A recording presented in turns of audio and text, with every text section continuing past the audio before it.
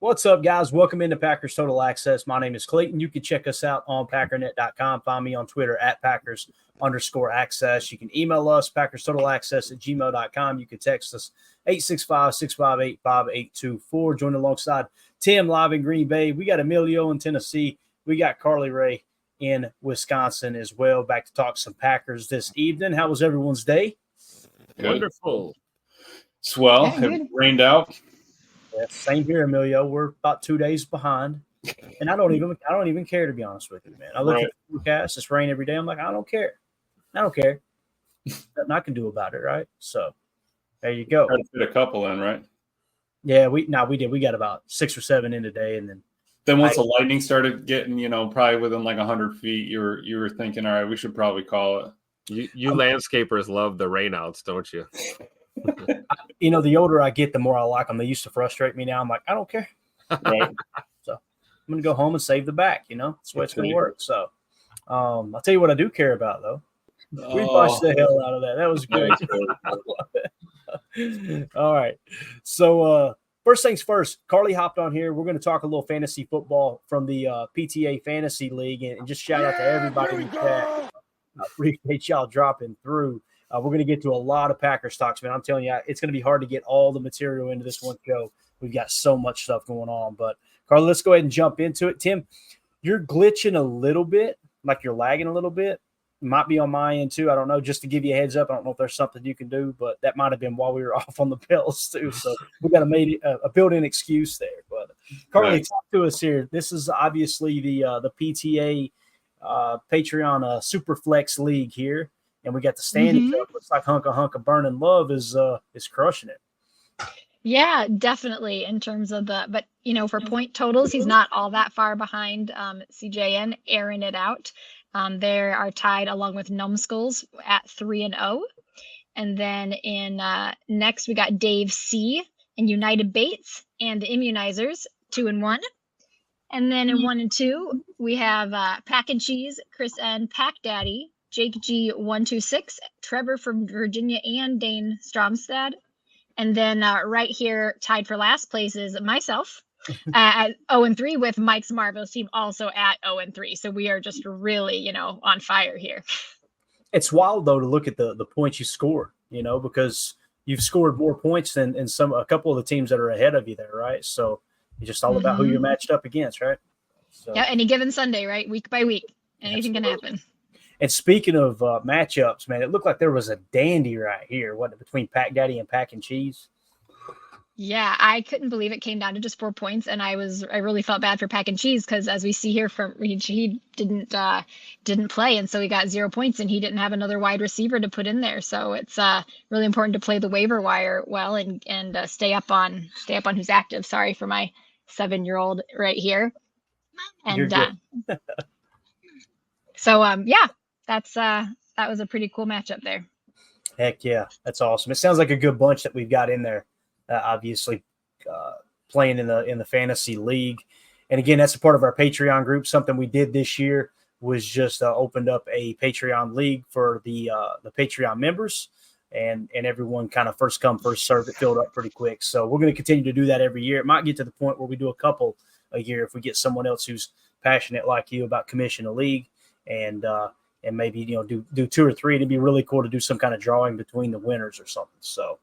That would be cool. And I want to say I'm really thankful for these guys in here. It's a really great group of people playing in here, and I'm thankful for their patience with me as my first time commissioning. I'm learning the ropes too, learning some things that I'll probably change next year if I'm a commissioner again. But it's been a blast. It's a good group of people. That's awesome. I love it. I've never been a big fantasy football guy. I don't know, Tim, Emilio, have you guys ever been into fantasy football at all? Nah, not a big fantasy guy, but I do respect it though. It gives you a different perspective when you look at the league, from a bird's eye view, and you kind of self-scout opponents inadvertently when you're on your fantasy leagues. So I kind of vicariously follow it through, a couple of friends and family members that play it. But no, I'm like you, Clayton. I've never been a big fantasy guy. I've been bullied into playing in a couple leagues, you got to do it. I suck at it, to be honest with you. And but man, I'll tell you, some of the some of the best conversations over dinner, though, with friends is listening to them talk about their fantasy football leagues. I love it. I just love listening to the banter and everything. So pretty cool stuff. But speaking of listening to something cool, I thought this was awesome. I'm going to try to get this up on the screen here.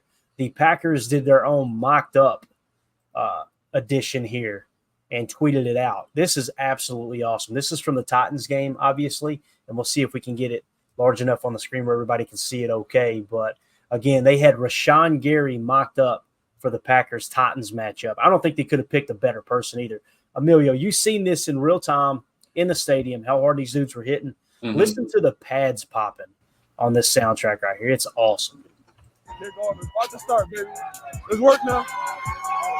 Yeah. Come on. Come on, you know what time it is. Yeah, come on. Come on. Come on, man. 60 minutes, whatever it takes now. That's on you, P. I was informed. Yep, I got next week. And you got to put the game on your back. What you going to do for it, man? What you going to do for it with the game on your back, man? When the game on our line, it's going to be us. It's good. 2. AD, start fast.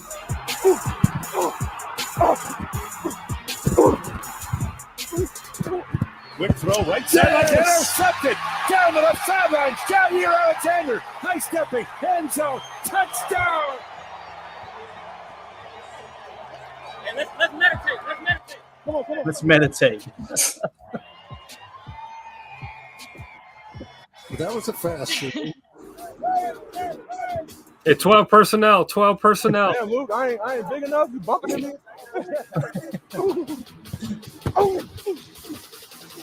Damn. Hey, right in my face, man. Wow. Say look. Damn. I'm too pretty for that. I'm too pretty for that. Notice the double teams, too, as this video gets longer. Yep. Almost, TJ. We have Chip in him with a tight end. Still getting through. Oof. There's no feeding off of you, KC. I've been up all day, cuz. Trying to get the pressure is coming, bro. Get your mind on that. Big play will be made up front now. A big play will be made up front.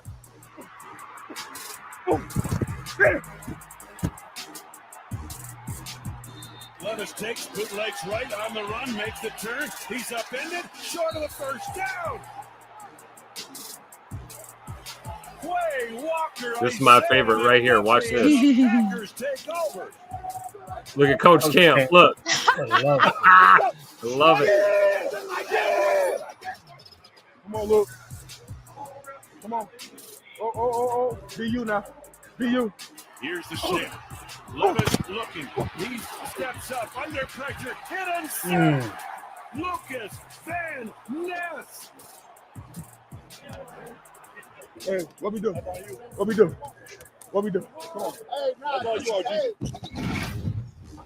You gotta love Hey, it. it's really cool to see LVN and Rashan Gary building that chemistry, that camaraderie. That is absolutely awesome, man. Nice false start by the left tackle there, and LVN still beat him. I love it. Yep. Yeah. The truth of that was him saying, he said, dang, Luke, I'm not big enough already. You still got to bump into me, because watching him walk out of the locker room, watching both of them walk out was incredible, being, same level as him type thing. And then also I like that he was feeding off of KC, Kenny Clark in there, making him work for it. Yeah, dude, when Gary came around that corner to go get on the bus, Tim, I was like, and there's not an ounce of fat on that dude's body. Like, you could just tell he is shredded. Everybody was like, oh, it kind of got a little quiet at first. Yeah. It was intimidating, man. It really was. And you get the hair too, just long enough dreads. It's like the Predator or something cut the corner. It's like, oh, they straighten up a minute here. This is wild. So I love Rashan Gary, man. Love everything he represents for sure. Let's see, get into a couple things here real quick. We'll go rapid fire. Everybody's noticing the explosive plays this year for the Packers. And keep in mind, the way that explosives used to be charted, and it's how I still chart them, passes of 20 yards or more, runs of 10 yards or more. That's the way I always understood it. It seems like more people are pressing into just overall gains of 15 yards or more. So PFF put that out. Most gains of 15-plus yards. The Green Bay Packers with 27, then the Houston Texans with 25, the Baltimore Ravens with 25, Detroit Lions with 23, and the Dallas Cowboys with 23. Arguably the best team in the league right now is the Minnesota Vikings. I mean, they're just absolutely on fire. That's who we got this week. We're going to start to dive into that on the backside of this show. But you'll notice their explosives are down a little bit. That's really interesting to me. It means they probably got long, sustained drives, right, because their offense is cooking. But that might come back to bite them, and they may cool off a little bit later on in the year. Or you can look at it like, you know what? They're not hitting explosives right now, and they're still one of the hottest teams in the league. Maybe when they do start hitting those explosives, they could be even more potent. But you got to give credit where credit's due, man. I'm telling you, they're playing really good football right now. KOC's got that thing humming in Minnesota. Amelia, we've seen a lot of these in person and a lot of explosives. It was right out of the gate too. Yeah. You could just tell, man, that it feels like this offense is built a little bit different this year. Many people are comparing it to like Matt LaFleur's first year with Green Bay. Right. Where they're leaning on the run a little bit more. Obviously, they're having to do that with J-Love being out, which I think we're kind of expecting him to be back this week. But what do you think about the explosive tally there? We got another one coming up here in a little bit too. I think they're key. I think Matt needed, he knew that they were feeding on a run or, betting on the run first thing. And he said, I trust Malik to go ahead and sling it. 2 explosives on that drive, and we scored. It's how you can, turn the field. It's how you can, get a spark for the team. I think that we need to keep it moving, even though I'm just happy to see that it's, most of 15-plus yards, 27 of them, and we are, I think we're first or second in yards, rush yards in the league as well. So it's big that we're getting those explosives, but still able to have a running game, and it's not just that we're banking on it. How often are we actually throwing the ball compared to league average or compared to Houston, things like that. I like that number. Yeah, definitely. And then, of course, on the defensive side of the ball, Tim, I know you're all about defense.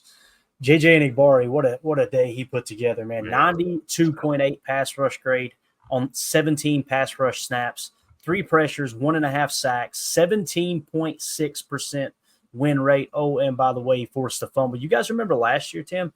He got a strip sack. Was it against the Rams or maybe the Chargers? Because it happened down near our goal line. It was a game at Lambeau. So that's definitely a tool that's in his bag, man. He knows how to go after the football when he's going after the QB for sure. Yeah, we're in the early stages of a breakout year for JJ Enigbari for sure. Every time I see 55 on the field, I think because the guy is just an absolute menace. And he's so quick off the snap. And you talk about a guy whose development is kind of accelerated. I mean, he's really hit the ground running ever since he got here. And he's just fun to watch.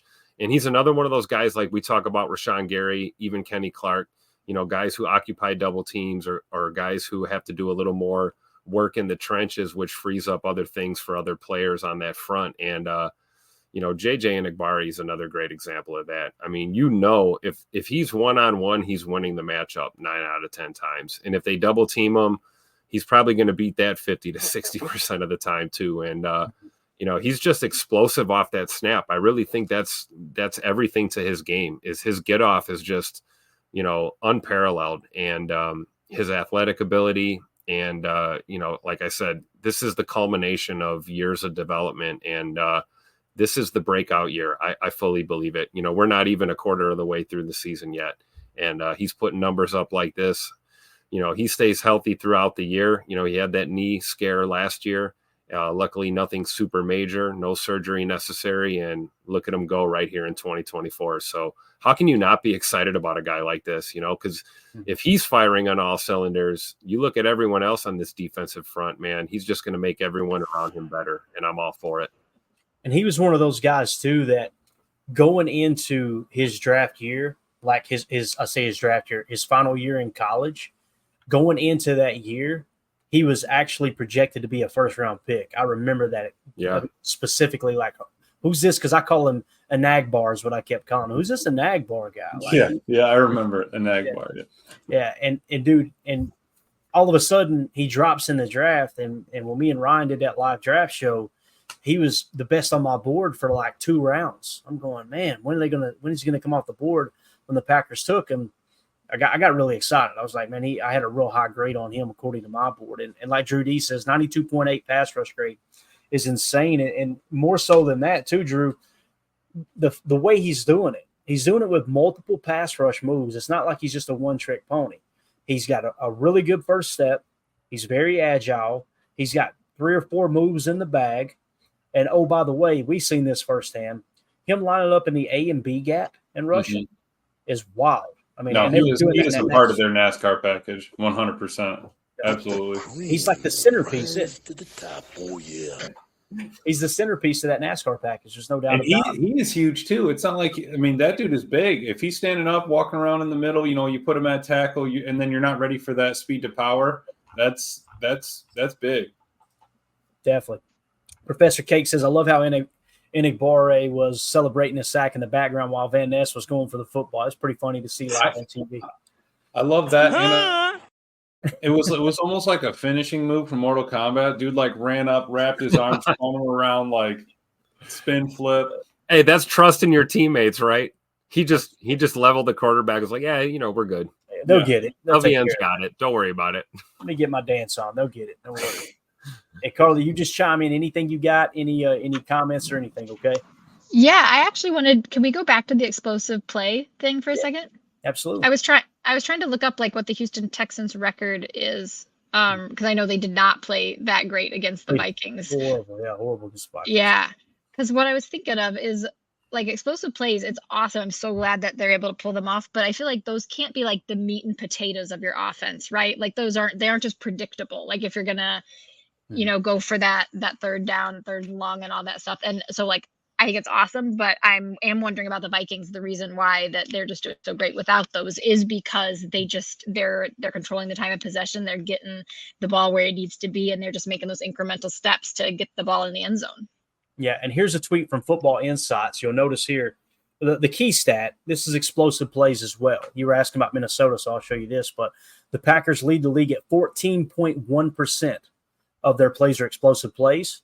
And the Bears are dead last at 3.3%, which is absolutely hilarious. No surprise to us, though, because we all know the Bears, right? I mean, we know where they're at. 3.3%. Still suck. So I feel like you guys I feel so sorry for the Bears and for their organization and for the fans, not for the organization, because the organization not doing well is why the whole team does it. But I think with what Matt LaFleur has done with Malik Willis, I think he is right up there for Coach of the Year talk if we can keep this going. You guys may have hit this already, and sorry not to derail it, but what he has done to be able to scheme things and get it going, and with Malik Willis, I'm holy crap, this guy's got it. They all talk about paying the quarterback, but the coaches are you get a good coach in there who knows what he's doing, got this offensive mind. I'm so thankful that we have him in Green Bay. It's the two most important parts of the team. And I lean towards the coach is just as important as the quarterback. You can have a great quarterback and a bad coach, and you're not going to win anything. You can have a great coach and a bad quarterback, you're not going to win anything. That's just the way it goes. Yep. And when you've got I think Matt LaFleur is a top 5 coach in the league, possibly top 3. When you got someone like that, and he just continues to churn out success through the quarterback position, it was just Aaron Rodgers. And now they got lucky with Jordan Love too. And then Malik Willis comes in off the trash heap, and all of a sudden he's literally got, the 3rd highest passer rating in the league right now through 2 games. I mean, it's wild to think about. But you're asking about Minnesota here. They're not too far behind. I think they're in the 10 or 11 spot there at 10.2%. And the reason explosive plays are so important, Carly, what every team in the league has come to understand is statistically, analytically, when you hit an explosive play, it triples your chances of scoring on that current drive. So everything that these teams do to build a defense or build an offense, it's around that metric. It's around how can we get more explosives? How can we control the explosives? And that's the reason that the Vic Fangio scheme took off. It's also why the Kyle Shanahan scheme took off, which is actually the Kubiak, Mike Shanahan, West Coast offense married with the Alex Gibbs wide zone boot scheme. The reason being is because wide zone runs, stretch plays, were the leading play call for explosive plays on the ground. So everybody shifted to that. And then it was, okay, how do you stop the wide zone run plays then? You play with wide 9 techs. Everybody started going with wide 9s. How do you control explosive plays through the air? It's by playing that 2 high shell. You know, the one that Mel Kiper wants to ban. You remember that, right? That cracked me up. Dude. Did you hear Aaron Rodgers on the McAfee show yesterday give a shout out to Mel Kiper? Did he? It was awesome. It was just a little subtle jab. This is that coverage that we call the Mel Kiper coverage, right? Here's what he said. He talked about 2 high shell. So that's how all that came about. So, and listen, it's important to have long sustained drives too, but the goal is to score more points than the other team. Yep. And the number one statistic for doing that is hitting explosive plays and controlling the explosive plays. So that's why they focus on it so much. Okay. Also, this is pretty cool. I think I kind of hit on this already, but ML Football tweeted out, wow, the only quarterbacks this season with 0 turnover-worthy plays, a minimum of 30 dropbacks, according to PFF. Aaron Rodgers, Malik Willis, and Justin Fields. Wow. That is, what world are we living in right now? That Justin Fields and Malik Willis are in the same statistical category as a first ballot Hall of Famer. It's just wild. It's proof positive that the Chicago Bears destroy quarterbacks. The minute Justin Fields gets into a Mike Tomlin system, gets over there to Pittsburgh, all of a sudden, look what we're seeing. So you can't put it all on him. The Bears destroy quarterbacks. We've known that since Sid Luckman. So it's funny too. I think it was Annie. I can't think of her name right now. She's the one who does the weekly NFL meeting every week. She's kind of a comedian. She is hilarious. But she had put something. She's actually a Packer fan. She put something out there that she kind of felt bad for the Bears, or someone said they felt bad for the Bears because of the tweet, at least. And it said the Packers did in 2 weeks with Malik Willis that the Bears have been trying to do. Basically, the Packers developed a quarterback in 2 weeks. The Bears have been trying to do it for 50 years. It's hilarious. Tell you, Packers back. You heard it from a fan right here. Oh, he crushes it. So good at it. For those of you who are wondering why we say that every time, I cut that clip off so she doesn't say you heard it from a fan right here, and we've actually got an audio that we dropped. Tim marries them together with perfect timing, perfect precision every single time. But anyway, really cool, man. No turnover-worthy plays. I don't know how long Malik Willis could keep that up, even if he was, if he was to start this week. Mm-hmm. But that is, we all need to come to the realization that is abnormal. Like, and again, I think he's just done an excellent job. How cool is it to have him sitting on the bench when J Love Dubs come back? If we need something, we're good to go, man. We're absolutely good to go. So, right, absolutely. And the team's been helping them, right? I was just pulling up some numbers. We are second in the league right now, just behind the Eagles, with yards after catch over expected. So yak over expected. The Eagles are at 127 yards extra. We're at 111, second. Also, our team passing yards per play, we are third, only behind the Saints and the Bills. So, I mean, the fact that we're churning out that kind of offense with fewer passes, fewer attempts, but our players are still making it happen, absolutely huge.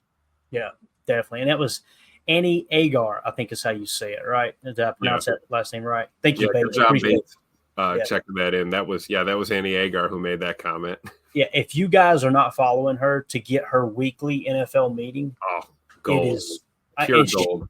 She never misses, never. And she's been like this for like the last 3 to 5 seasons or something, like every year. It's just gold. I think she's got her own podcast now too, which is kind of cool. I heard them talking about that, so that's awesome. Chris N says Arthur Smith offense in Pittsburgh now. There you go. Another one of those. That is the scheme that we run. Everybody's got their own twist, but that's a wide zone scheme. He had it basically, if I remember correctly, I won't go through the whole lineage, but Matt LaFleur was hired as the OC in Tennessee, and Arthur Smith was his tight ends coach. When Matt LaFleur took the head coaching job in Green Bay, Arthur Smith was promoted to OC for the Tennessee Titans. Yep. Then he got the head coaching job in Atlanta. He got fired in Atlanta. Now he's the OC in Pittsburgh, and obviously doing amazing things with Justin Fields for sure. So that outside zone, that's where that no block, no rock. Is that where that all started? That's exactly right, sir. That's exactly right. Let's go to the NFC. Actually, no. Before we get to that, I wanted to hit on a little Manuel Wilson, if that's cool with you guys. Mm-hmm. Yes. Really, really cool. This tweet came out from Wes Hodkiewicz earlier and said Packers running back Emmanuel Wilson said he's getting his first touchdown ball painted and plans to send it to his grandma, Dakota Wade. Quote, she called excited. You're doing your thing, boy. She's just happy. A lot of people at her work put me on their fantasy team, and she told me about that. Like, how cool is that, dude? Nice. And for us to see that firsthand too, Tim, in the stadium, to see it's one of those. I was in Lambeau for Brett Favre's 50,000th passing yard. I was in there for that. I was there Monday Night Football for Aaron Rodgers' first start as a Green Bay Packer. That was a blast. I was there when they retired Reggie White's number. All those things are awesome, right? There's a great games to attend and great memories. That right there, man, showing how much a teammate cares for another teammate and to be able to kind of – that's just – I got to be real. I wasn't necessarily looking forward to the Titans game. Yeah, I'm a homebody. I wanted to be here watching it on TV, charting the game, this and that. I'm telling you right now, man, one of my favorite games I've ever been to. It was just unbelievable, man. So, and those are those type of moments that just they stand out. It's like you said, talk about a teammate playing for the man next to him. And, hey, let's be honest. Josh Jacobs could have waltzed in here and said, hey, I'm running back one. The rest of you better catch up. And you're not going to take any snaps from me. And I'm the starter, blah, blah, blah. That's not at all his MO. He came in here, this running back room is a unit, especially, once we found out that A.J. Dillon had the stinger, he was ultimately going to be out. There was some things up in the air. Guys had to step up. The bottom of end of this running back room is still kind of a question mark. We're calling up guys from the practice squad. Who's going to be running back 3? Well, I'll tell you this right now, running back 1 and 2 are solidified. Emmanuel Wilson and Josh Jacobs, man, those are our dudes. And you can tell they're playing for each other, picking each other up. And like I said last night, the thing out of that whole story that stands out the most to me is, here's a guy, in his second year in this league, getting his first NFL touchdown, and he thinks nothing of it and just drops the ball on the field and jogs back to the sideline like another day at the office. And it literally did. It took a veteran like Josh Jacobs to realize, hey, bro, that's your first touchdown. You might want that. You might want that football. Let me go grab that for you. So it just shows where guys' heads are at and where the mindset is at in this locker room. And I don't care how young they are. I don't care how old they are. This team is bought in. They're playing for the man next to them. And, it's a team game. This is how you win championships. Every man playing for the guy to his left and to his right. And, there's no ego involved, man. It's just a focus on – it's like Scoot said last week, right? The motivation to win a ball game is all we need.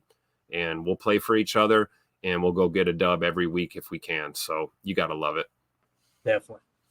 And 2-0 for this says Jacobs could so easily have been mad that he got his big runs taken away by penalties, but all he could think about was getting that Wilson ball. That's awesome. So true. Absolutely awesome. And again, that's what – wearing had that C on his chest in Vegas, and they went out and got a guy that they knew the scouting report on him was he's a natural born leader. You got Xavier McKinney was a captain with the Giants. Like I said, Jacobs was a captain with the Raiders. And here's the thing, like Bill Belichick was great with this over the years. He would pay players who deserved it, that he knew that it would not upset the locker room. Sometimes you go out and you pay a player that the locker room might not necessarily think they deserve to get paid. They'll say on the surface, yeah, I want everybody to get their money. But in the back of their mind, I guarantee you're going, man, how in the heck am I not getting paid and they're getting paid? That really upsets the culture. When you go out and pay for captain material players, all it does is just reinforce the locker room. There's no doubt about it. But Matt LaFleur was at the podium earlier and said, I thought this was awesome. I tweeted out another great exchange between Tom Silverstein, obviously Spoon with the Journal Sentinel, I think it is, and Packers head coach Matt LaFleur on the improvements Emmanuel Wilson has made in the passing game. Spoon is so good at structuring questions to get an in-depth answer, and he's never on the attack. That's what I like about it. He's never going after Matt and trying to catch him in a corner and get him to say something that he doesn't want to say. Check out this answer. And again, it was the knock. Emilio, we talked about it. The negative with Emmanuel Wilson was the passing game, pass blocking and catching the ball, right? He seems to have cleaned that up. Here's Matt talking about it. Speaking of running backs, when every time Emmanuel Wilson plays, does he earn himself a little bit more time, based on his performances when he plays? Yeah, he's done a nice job. He's done a nice job. It's been fun to witness just his growth and development. I think he's really grown up over the course of a year. And just, I always kind of mess with him and stay on him pretty hard, coach him hard. But he's responded, and I'm super proud of just the efforts that he's put in, just in terms of how he prepares on a daily basis. I think Ben does a great job with that room. And it's exciting to see because we've always said it from day one, the guy's got everything in his body to be a really good running back in this league. And it's been cool to witness some of that development. And now he's got to keep going. So he can't rest on that. And I promise you, I won't let him rest on that. Are you getting to trust him more in the past? Absolutely. Yeah, he's done a nice job. He had another great one in this last game where they brought pressure inside and he stepped up and stoned the backer. And that's what we're talking about, is just all the little things that you can do. It's not just about running 18 or 19 or inside zone or whatever it is. It's every component to playing that position, from pass protection to being able to catch a screen and take it to the house. Tell you, man, Emmanuel Wilson sealed up that number 2 running back spot. There's no doubt about it. Like that, It's going to be hard for Marshawn Lloyd to come back and get like meaningful reps. He's going to get kind of the backup reps now, which I'm excited about. Emmanuel Wilson and the fact that he's picked up on the passing game nuances is just absolutely awesome, man. I remember last year when Emmanuel Wilson's dog got loose here in Green Bay, and we kind of came together as a community and helped Emmanuel Wilson find his dog Mark. And when he caught that little screen and broke that runoff, I was jumping up and down in the living room screaming, "Do it for Mark! Do it for Mark!" It's just a great moment. And you got to be happy for a guy like Emmanuel Wilson. That season last year, man, I really thought he had a chance to break out last season because he had some opportunities and he tweaked that shoulder and kind of got cheated out of some reps. And it's great to see him here in 2024 hitting full stride. And, that tandem with Josh Jacobs, man, I'm telling you, something special is brewing in that running back room this year. And we need it. We really do. No doubt, man. Coach Lynn in the chat said pass blocking is the reason Wilson's getting more reps on third down. It's just nice to know, that was the big concern going into the year. It was like, are they going to limit how much Josh Jacobs is on the field, because they're going to have to put him in those third down situations? You know what I'm saying? Like, you got to prioritize that, and they're not having to do that because Emmanuel Wilson is just absolutely perfecting that craft. At least small sample size, but if he keeps that up, man, he's going to be one of the best backup running backs in the league. No block, no rock. Exactly right, sir. So let's see what else we have. We had another one here too. And Emmanuel so far this season has had 3 rushes of 10+ yards, 2 of them over 15 miles an hour. For real. All right, let's go, man. Got a little bit of heat in them cleats, you know what I'm saying? He's thick too. Like when you see him run the ball, that thick. He is. I'm telling you right now, man. That screen pass. When you tell you what it made me think of, people are going to roll their eyes, and that's okay. I'm not saying he's fast like Michael Vick, okay? I'm not saying that. But do you guys remember that game against the Vikings when Michael Vick literally fooled both defenders for the Vikings on how fast he was, and they smacked each other? And that's what I thought of when that guy tried to tackle Emmanuel Wilson and took 2 of his teammates out. It was just like, man, dude's got it. Yeah, 2-0 for this. Says Jacobs, Jones, and Wilson was the greatest backfield of all time for a half hour. That's so true. It's so true, man. I hope for Goody's sake, Aaron Jones doesn't run wild this weekend, because I have praised Goody all year long. Malik Willis, we've been raving over Malik Willis. That is all Brian Gutekunst. Brian Gutekunst going out there and saying, I want that dude. Matt, I know you like Sean Clifford, but we're going with this guy. And look, he nailed it again, right? But, man, $3 million. I'm hearing $1 to $3 million was the difference.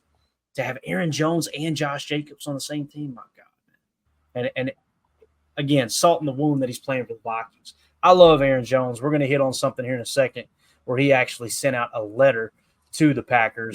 Matter of fact, let's do it right now. Let's do it. All right, so this is what it says. All right, it says, that's the biggest thing I want to write here, not just to the Packers organization, but really to all of Green Bay. Thank you. It's going to feel strange being on that visiting sideline for the first time and being on the other side of this NFC North thing in general. but it's all love. And it's so much gratitude. Thanks for betting on me, riding with me, hashtagging for me, and everything else. Thanks for seeing me. No G on the helmet Sunday, always one in my heart. So Aaron Jones is a class act. And like somebody said here in the chat, Aaron's going to get his this weekend. There's no doubt. Let's hit that quarterback early and often and take them out of the running game as quick as possible. But AJ's going to be fired up. There's no doubt about it. And again, I can't defend Goody on that move. I just can't. Like, it's too much value there, both in the passing game, the running game, team captain. Everybody on the team loves him. He was kind of an extension from – you heard Matt LaFleur talk about it earlier this week, how much he meant to him. It's just tough, man. The thought of him and Josh Jacobs, oh, my God.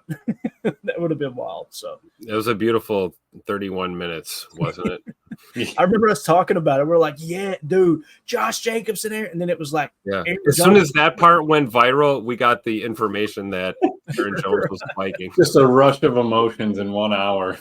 You know, in Goody's defense, though, a little bit, like you talk about in the pass game, especially, like we know how dynamic Aaron Jones is in that pass game.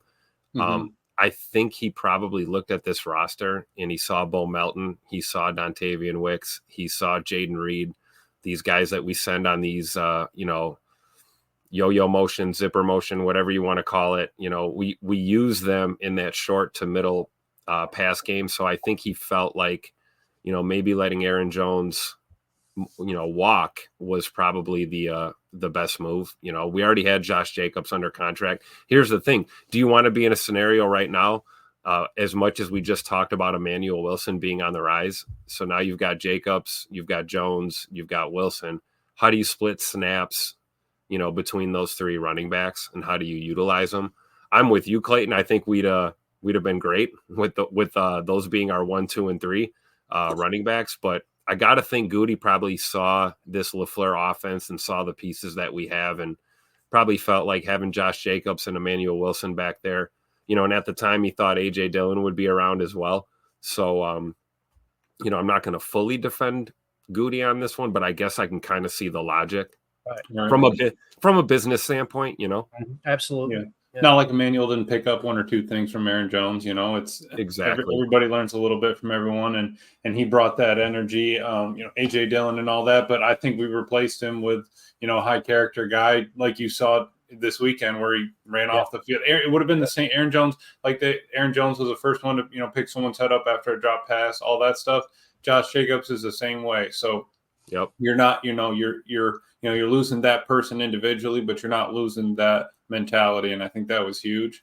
I think that's what made it easier to stomach this whole thing, right? It's like, you lose Aaron Jones, but it's like, oh, we got Josh Jacobs. Like if you're gonna bring another guy in when someone like that's walking out, that's who you want. I can think of a lot of running backs in this league that could have been brought into Green Bay where I would have really been scratching my head going, we gave up Aaron Jones for this guy, and it's like Josh Jacobs is definitely not that dude. He fits the mold, like you said.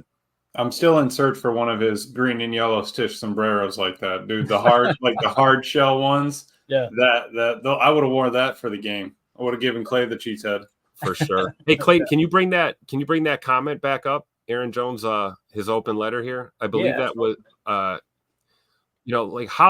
well said, right? I mean, this sums it up right here in just a few lines, So for all you Packer fans out there that are, I saw a couple tweets today on Packers Twitter. Should we boo Aaron Jones at Lambeau Field when he runs out of time?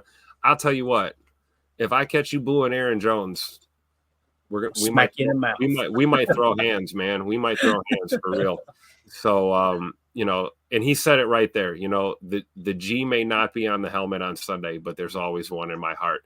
And much like Brett Favre, much like Aaron Rodgers, much like Aaron Jones, these guys are going to come back. They're going to go into the Packer Hall of Fame. If they go to the NFL Hall of Fame, they will go in as Packers. Aaron Jones carried a G like no other for the better part of nearly a decade. So you don't undo that just because you went to a division rival. Due to the business side of football. So you can't put this on Aaron Jones. It's not fair to do that.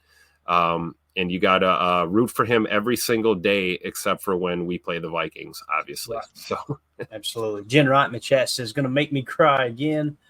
J. Cole opened up old wounds. Number one Packer fan. I wanted to boo him so bad. Why did he have to write this letter? LOL. Carl K. Jones's letter was great. A lot of class. Please read it. Nate Dogg in the house says, miss you, Aaron Jones.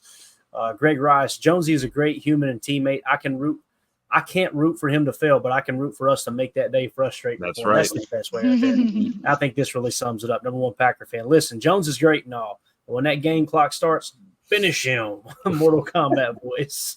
Hey, just remember, through all of this, things could be a lot worse. I could be a Bears fan. Absolutely. And Greg Rice said, question, do we know enough about Aaron Jones' tendencies that it will be easier to defend against him? Greg, this is the big thing. I was thinking about that earlier today, man. The big thing that comes to mind for me is, as far as tendencies, he's such a slasher. You can't predict where he's going to cut. Yep. You really can't, right? You just got to stay gap sound and play your game and treat him like any other running back. Now, I will say this. If I had to say there was a knock on him outside of, and this is why I think Goody decided to move on, was the injuries, right? They were starting to kind of become more and more prevalent, that he's getting a little banged up. Obviously, he's getting a little longer in the tooth. The thing that sticks out to me, though, was the ball security at times. You know, I think of the 49ers playoff game, him fumbling. Seemed like 2 playoffs in a row he fumbled in a playoff game. When you're running that hard and slashing and things, maybe the only thing I can think of in terms of not really a tendency, but a way you want to play him, go to smacking at that ball, because he runs so hard. Sometimes he kind of forgets to protect it, in my opinion. So I'm sure the historical stats won't show that he was bad, a bad ball carrier in terms of security. But that's one thing that comes to mind for me. Anything for you guys? No, I think you're right, Clayton. Like, you talk about Aaron Jones' tendency. He has a tendency of taking a busted play and turning it into 50 yards up the sideline, So you've always got to be prepared. It's tough to kind of keyhole in on any one or two things, that he may or may not do. And, depending on what their game plan and their plan of attack is, we may see very little of him out of the backfield. We may see him lined up in the slot. We may see him running wheel routes and being involved in the pass game. We all know that even though he's not the biggest dude in the world, he's known to get in there and pass pro, chip a defender real easily, get in the way. There are other things that he does besides carry the ball that, contributes to an offense. So I think all in all, you can't really think that, knowing his tendencies or being familiar with his game is really going to give you an advantage, because just when you think he's going to do something, he's going to surprise you. So Right. I think we have to go into this game with our game plan as a whole, how we're going to approach that Vikings offense, be it Aaron Jones or Justin Jefferson or whoever it may be. We just need to stick to our game plan. And, I don't think we can take Aaron Jones for granted, but I also don't think we need to put too much of a spotlight on him and try and focus too much on him, because, like you said, it's so tough to get a gauge on what he's going to do, because we can run back the Packer highlights from his career where he's dead to rights at the line of scrimmage and he bounces that ball out and he's off to the races.